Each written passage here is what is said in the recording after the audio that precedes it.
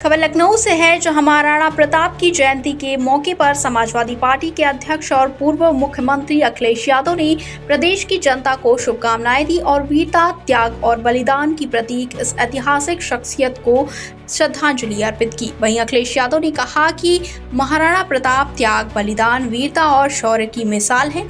हम सबको उनसे प्रेरणा मिलती है। उनकी जयंती पर मैं सभी को हार्दिक शुभकामनाएं देता हूं।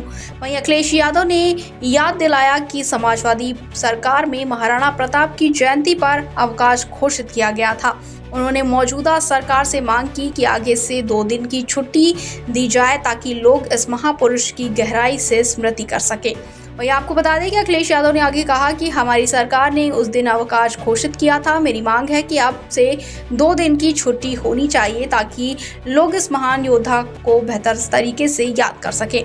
इसके साथ ही अखिलेश यादव ने लखनऊ के बहुचर्चित रिवर फ्रंट प्रोजेक्ट को लेकर बड़ा ऐलान किया। उन्होंने कहा कि भविष्य में ये जगह देश की सबसे प्रतिष्ठित जगह बनेगी और वहीं पर महाराणा प्रताप की देश की सबसे भव्य और ऊंची प्रतिमा स्थापित की जाएगी। अखिलेश यादव ने कहा कि रिवर फ्रंट आने वाले समय में देश की सबसे प्रतिष्ठित जगह बनेगी, वहीं पर हम महाराणा प्रताप की देश की सबसे ऊंची प्रतिमा लगवाएंगे। ये हमारी श्रद्धा का प्रतीक होगी। वहीं अखिलेश यादव ने कहा कि राजनीति में किसी भी महापुरुष को नहीं घसीटना चाहिए और न ही उनका राजनीतिक लाभ लिया जाना चाहिए। उन्होंने कहा कि महापुरुष किसी एक पार्टी के लिए नहीं होते, वो हम सब के होते हैं। आगे आपको बता दें कि आईपीएल को सस्पेंड किए जाने पर भी अखिलेश यादव ने प्रतिक्रिया दी। उन्होंने कहा कि ये फैसला निश्चित रूप से देश की सुरक्षा से जुड़ा हुआ है और संभवतः कुछ संवेदनशील इनपुट के आधार पर ये फैसला लिया गया है। अखिलेश यादव ने इन बयानों ने राजनीतिक हलचों में नई चर्चा तेज कर दी है। एक तरफ उन्होंने महाराणा प्रताप को सम्मान देने की बात की, वहीं राजनीति से ऐसे महापुरुषों को दूर रहने की सलाह भी दी। लखनऊ से संवाददाता निखिल रस्तोगी की रिपोर्ट। अभी भी कोर्ट के ऑर्डर के बाद भी सरकार ने नहीं दी। मैंने वो केस फॉलो नहीं किया है, लेकिन नौकरी भारतीय जनता पार्टी के एजेंडे में कभी नहीं रही।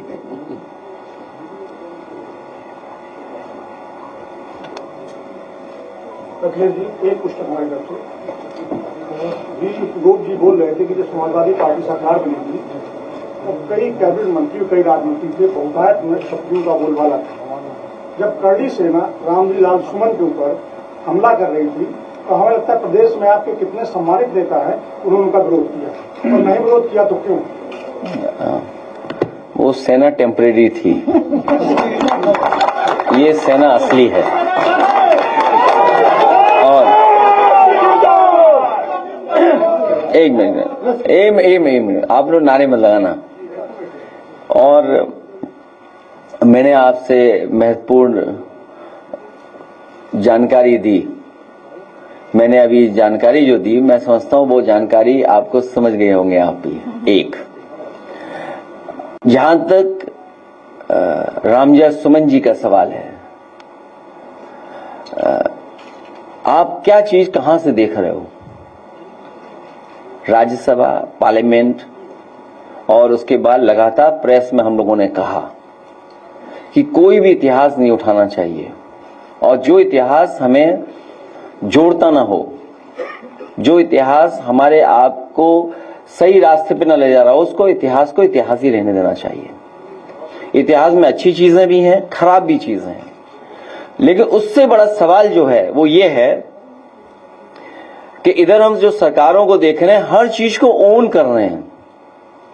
मान लीजिए कुंभ हुआ, नाम महाकुंभ दे दिया। सबसे पहले महादानी सम्राट हर्षवर्धन ने शुरू किया, जो डॉक्यूमेंट हिस्ट्री है, लेकिन सरकार ने कभी उनका नाम नहीं लिया। महादानी सम्राट हर्षवर्धन का कभी नाम नहीं लिया गया।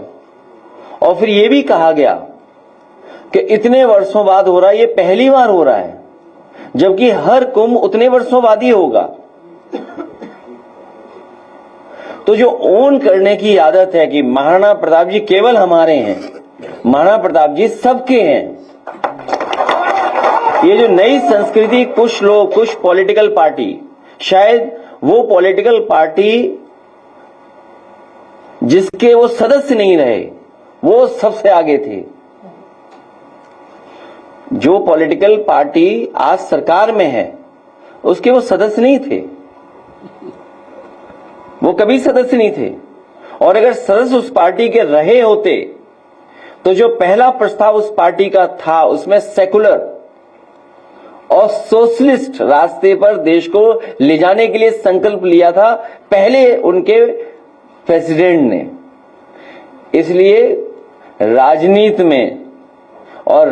में महापुरुषों को नहीं लाना चाहिए और उससे राजनीतिक लाभ नहीं उठाना चाहिए। सभी महापुरुष हमारे आपके हैं, आलाउदल हमारे आपके हैं, वीर लौरिक हमारे आपके हैं,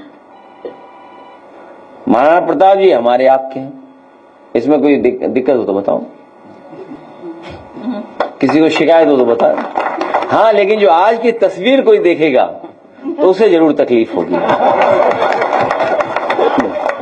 और अगर मैं उनकी तस्वीर देखूं और उसमें मुझे कोई दिखाई दे जाए और अगर मैं कुछ कह दूं तो उन्हें बहुत तकलीफ होगी। के बाद नींद भी नहीं आएगी आज उनको। मैं अपने धन्यवाद देता हूं पत्रकार साथी को महत्वपूर्ण सवाल पूछने के लिए। और मैं आपको एक बात और जोड़ दूं, उसमें सहयोगी लोग बहुत थे जिनको हम लोगों ने सरकार में बड़ा सम्मान दिया। अब आगे मत पूछना। जी, एक सवाल है कि बहराइच में जो जेठ मेला लगता था, प्रशासन ने उसकी अनुमति नहीं दी है। और देखिए कहां से, इसीलिए मैंने कहा आपसे, और मैं फिर वही बात जोड़ता हूं, मेला किस समय किस तरीके से शुरू हुआ होगा उस इतिहास में हम लोगों को नहीं जाना चाहिए। भारत देश आजाद हो गया, हम मेले संपन्न कराते हैं। नाम जरूर हो सकते हैं पुराने, या किसी के नाम से, स्थान की वजह से नाम हो सकता है, लेकिन मेले का मतलब ये नहीं कि मेले में क्या कोई और परंपरा चल रही हो। मान लीजिए बटेश्वर का मेला है, सुनने में आया कि मुगलों ने शुरू किया था।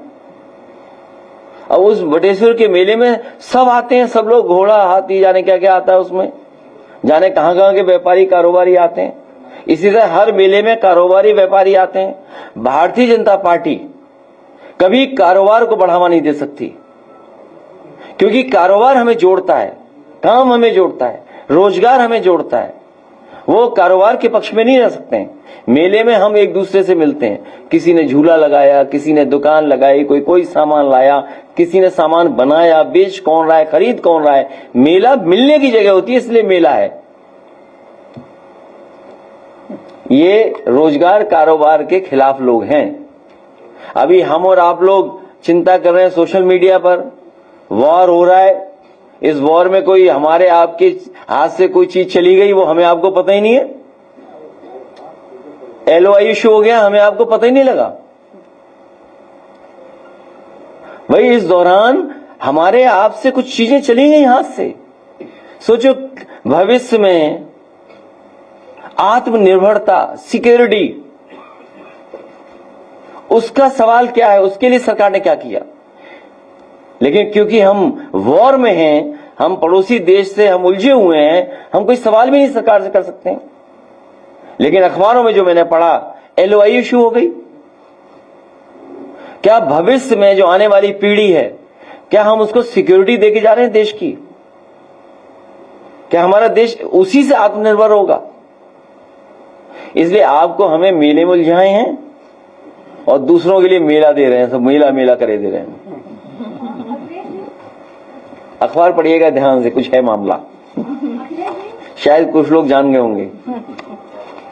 अखिलेश, जिस तरह से एयर स्ट्राइक को लेकर के नोएडा में बैठा मीडिया जो है वीडियो दिखा रहा है और हर 10 मिनट पता चल रहा है कि ये फेक है। आपने भी पहले ट्वीट किया है कि अब कुछ ये दोबारा अरविंद जी दोबारा पढ़ दो इनके लिए, और गाइडलाइन मेरे पास नहीं है, गाइडलाइन आप दोबारा पढ़ के आइए। एडवाइजरी, सॉरी, हाँ, एडवाइजरी आपके लिए भी जारी है। और अगर एडवाइजरी कोई नहीं मान रहा है तो जिन्होंने एडवाइजरी इशू की है उनकी जिम्मेदारी है कि कार्रवाई करें। हम तो एडवाइजरी मान रहे हैं, हम तो वो सवाल भी नहीं पूछ रहे कि LOI क्यों इशू हो गया इस दौरान, कितना बड़ा महत्वपूर्ण फैसला हुआ है। एज ए पॉलिटिकल पार्टी मेरी जिम्मेदारी है, as a in a democratic country हमारी जिम्मेदारी बनती है, इसलिए मैं सवाल पूछ रहा हूं, या ये सवाल मैं आपके सामने ला रहा हूं। अगर मैं पॉलिटिक्स में नहीं होता तो शायद नहीं सवाल पूछता, तो हम भी एडवाइजरी मान करके घर में बैठे होते। लेकिन आप बंकर अंकर खुदवा लेना। बोले वो पढ़िए ना दोबारा, अरे पढ़ना पड़ेगा इनके लिए। 550 साल पुराना। हाँ, और इसी तरह बटेश्वर का 500 साल पुराना है। कहोगे बटेश्वर मुगलों के जमाने में तो वो बजट ही नहीं देते थे, हमने बजट दिया, ये कोई बात हुई?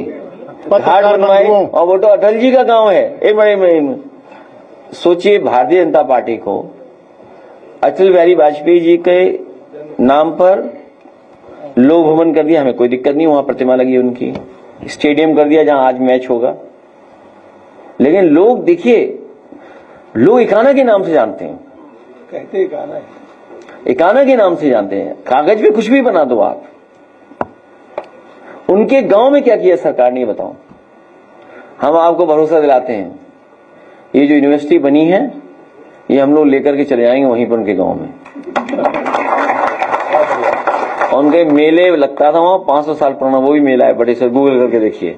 कोई गूगल करके बताओ कि कितना पुराना था बटेश्वर मेला, उसको ही बंद कर देगी बीजेपी एक दिन। तो 550 साल पुराना। तो ये भी 550 जो मैं बता रहा हूँ बटेश्वर वाला, इसमें 40% हिंदू जाते हैं। नहीं वो सब जाते हैं, कारोबार सब जानते हैं, दुकानें सबकी होती हैं। तो इसे किया। अरे यही नहीं पता झूला कौन लाया है, झूल कौन रहा है। योग भाई मुख्यमंत्री झूले नहीं, न झूले से लेना देना उन्हें कोई। कितने साल पुराना है? हाँ देखिए आप, बटेश्वर 700 साल पुराना है। अब कब आए थे अंग्रेज, कब आए थे मुगल, चले गए सब। अब तो आजाद हो गया, अब संविधान है, और लोग आज भी जुड़ते हैं वहां पर, और सब जुड़ते हैं वहां, ऐसा नहीं है। तो अगर इन्हें पता लग जाए कि 700 साल पुराना है मेला वहां, तो ये सरकार जाके उसको ही बंद कर देगी।